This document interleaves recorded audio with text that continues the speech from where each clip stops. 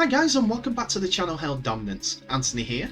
Please remember to like and subscribe, and also click that notification bell if you're enjoying what you're seeing and want to see more.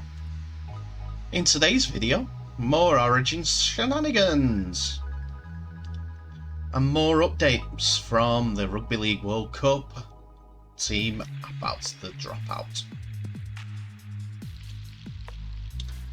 Yes, we're back to this again, because it's smelling more and more like a power grab. There was a Rugby League statement, which I'll come to that in a few moments, in regards to conversations via the media in regards to the Rugby League World Cup. Now, I don't know the exact time for this conversation, but this is what I'm led to believe. There were numerous sources, and even reported on Sky Sports during the Huddersfield and Hull game, that the NRL, the RLWC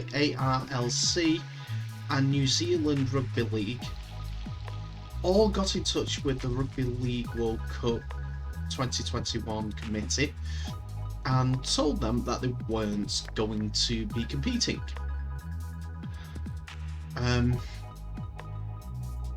So you would have thought that they would have given the Rugby League World Cup team a bit of leeway, a bit of time to, I don't know, tell their stakeholders, reassure them, tell them that we're going to talk about it, and also hopefully arrange more conversations with New Zealand and Australia to see what can be done to bring them back into the fold, speaking on their part.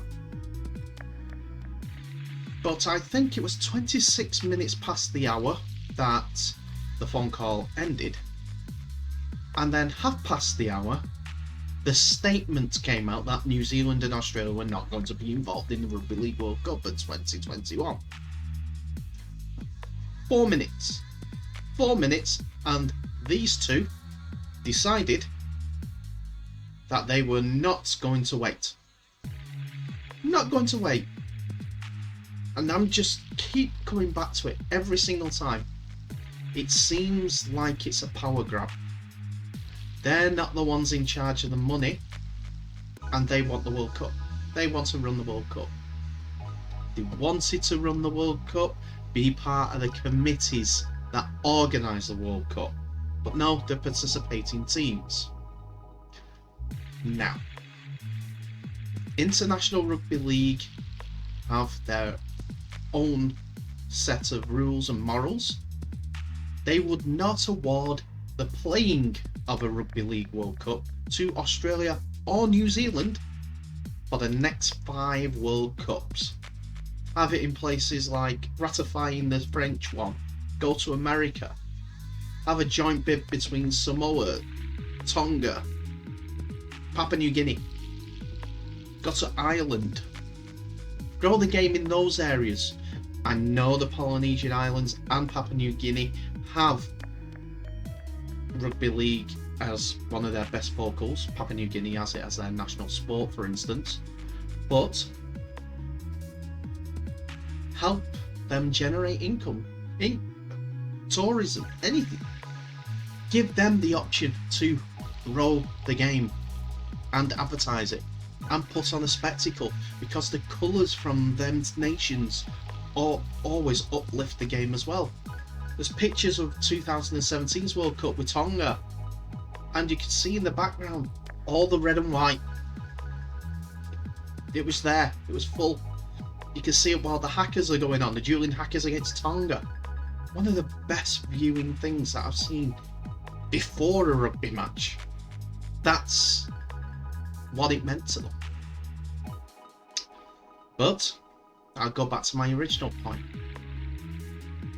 It does seem like that it's a power grab from Australia and New Zealand. And it's not the NRL clubs, staff or players that are going for this power grab. It's the people in suits. This is what it feels like to me, because we've not heard a statement from the Players Union down in Australia, because they have one, and we keep hearing players come out and saying we want to play in the Rugby League World Cup. I believe James Tedesco was the latest one.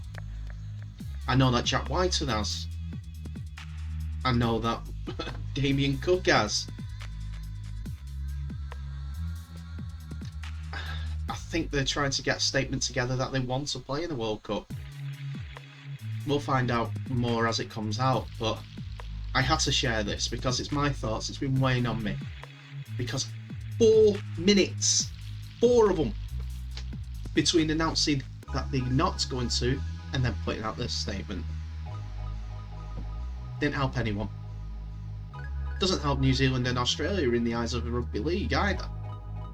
If they want to vote for something, they might lose the vote. They're not giving us money for playing Rugby League. They're not giving the International Rugby League any money. It's all any of the NRL money anyhow. So if they want to play in this tournament, they've got to make a commitment and sign up commitment a year in advance. That's what it's got to be. And if they don't commit, they lose X amount of money from the next World Cup that they were in. That's the penalties. Might disenfranchise them for playing in the World Cup, but we'll use the money for growing the game elsewhere. Whether it's North Africa, or it's Central Africa, or it's Canada, whether it is New Zealand, Fiji, Papua New Guinea. Well, not so much New Zealand, because that will be helping the second team in the NRL from New Zealand. Junior Rugby League in France, Serbia, anywhere.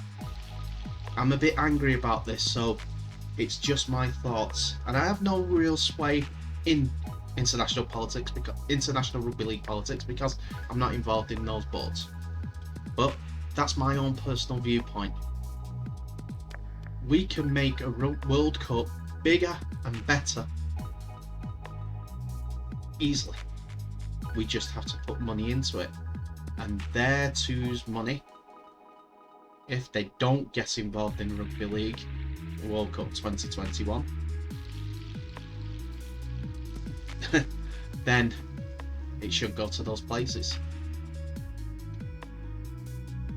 There are places already lined up, well, already getting prepared just in case they get the call. It's just if Rugby League, International Rugby League and the World Cup Committee have seen those posts.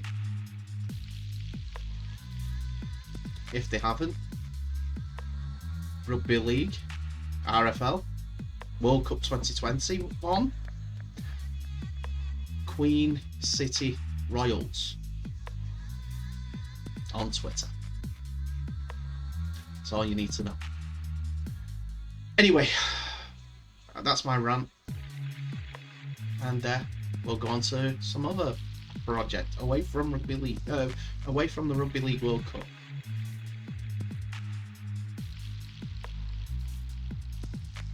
So this logo's back out again, and I wonder what it is. And it is simple. It's this. Penrith hooker Happy Side Carousel has been issued a 2-game suspension and a $35,000 fine for alleged COVID-19 breaches involving an unregistered female guest while he was in the New South Wales bubble. Carousel allegedly brought in the unregistered woman during the lead up to the bubble, to the Origin Game 2, and also the Origin Game 2 aftermath in Brisbane in late June. The NRL breach notice which proposes Carousel be banned for the Penrith Panthers clash with Brisbane on Saturday, and their grand final rematch with Melbourne in round 20 is in line for punishment handed out to Queensland star Jay Arrow for bringing an unregistered guest into Queensland's camp leading into Origin 3. So, he met this person before, he met this person after, and he was about to meet him again just before Game 3. And because he might get caught, and because JRO got caught, he declined to do a third meeting. He put it on hold. That's what all the top comments are at this point.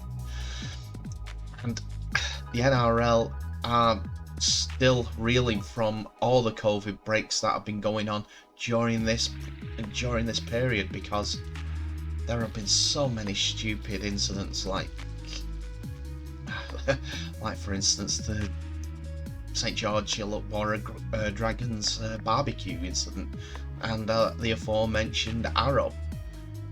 On this, the NRL said, in issuing the proposed penalty, the NRL has taken into account that the alleged breach took place prior to more recent breaches, including before the group of St George Illawarra Dragons breached the New South Wales public order, and before Queensland player JRO breached the game biosecurity protocols. It also takes into account the alleged breach was shortly after an upgrade in biosecurity protocols. With things that have been going on with the RLWC and also the NRL concerning the Rugby League World Cup, I believe that statement means, oh, it's not affected us financially, it's just affected us morally. So it can't be too bad, because it was before everything else came into pass. But the club of the married father of two, Penrith Panthers, issued this statement as well. Appicia has expressed genuine remorse for his actions and understands the potential ramifications of his decision on the viability of the game. So in a statement made on Friday night, Carousel said, I made the choice to do the wrong thing, and my actions have brought shame and embarrassment to many people, especially my wife and children. I will be forever sorry, he said. I sincerely apologise to the NRL, New South Wales Rugby League, Panthers, the sponsors and stakeholders, and all my teammates for letting you down. I apologise to the fans for putting our game at risk, particularly as at such a time, a challenging time for so many people.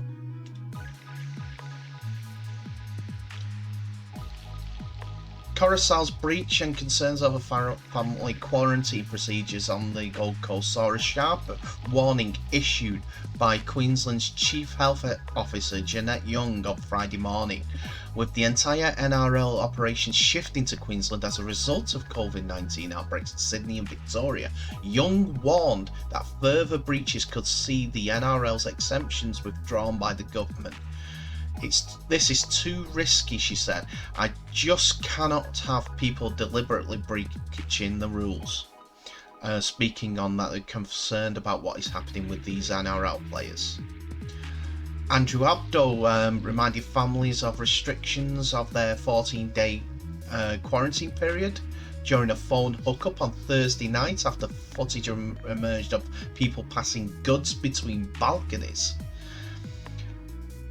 He said the game has stepped up its Apollo protocols to level 4 since Carousel original breach in late June. So that is what's coming on. It's coming about. Why did he keep doing this? They think that they're special because they're athletes. It's ridiculous. Level 4's come along and then they've stepped up the biosecurity protocols, the NRL. But if someone's bringing the game in disrepute, no matter what it is, it's a ban. This is morally wrong, and it should affect Carousel to a tune of about, I don't know, $1 million. It could possibly do so if his wife decides that that's the route she wants to go, and that's sad for the kids. the kids now know what his dad has been doing. Don't get me wrong, he's not the first one, but he's the most prominent one being married. JRO had a girlfriend, and in most specific cases that it just breaks down of a relationship rather than costing people, as usually girlfriends don't have as many rights. This is a wife and children. If she decides to get vengeful, he could be paying for the rest of his life, or even up to the kid's 18th birthday. Only time will tell. But it's another story of breaking bio protocols during the origin. If NRL are so money hungry as they seem to be, they need to stamp it out even further. Go to the top tier protocol so that they can enact that these people do not go out. They can make orders and get them delivered, but that's it. Yeah. Makes a sham of NRL. So that's it for another video, ladies and gentlemen. Thank you so much for watching. Please remember to like, subscribe and share this video worldwide. Today has been a bit of an ups and downs, one about progress and one about regression in rugby league. But please, comments, like, subscribe, all about this video. Tell me what your thoughts are about these two stories today. Honest opinions. In the meantime, stay safe, answer the question.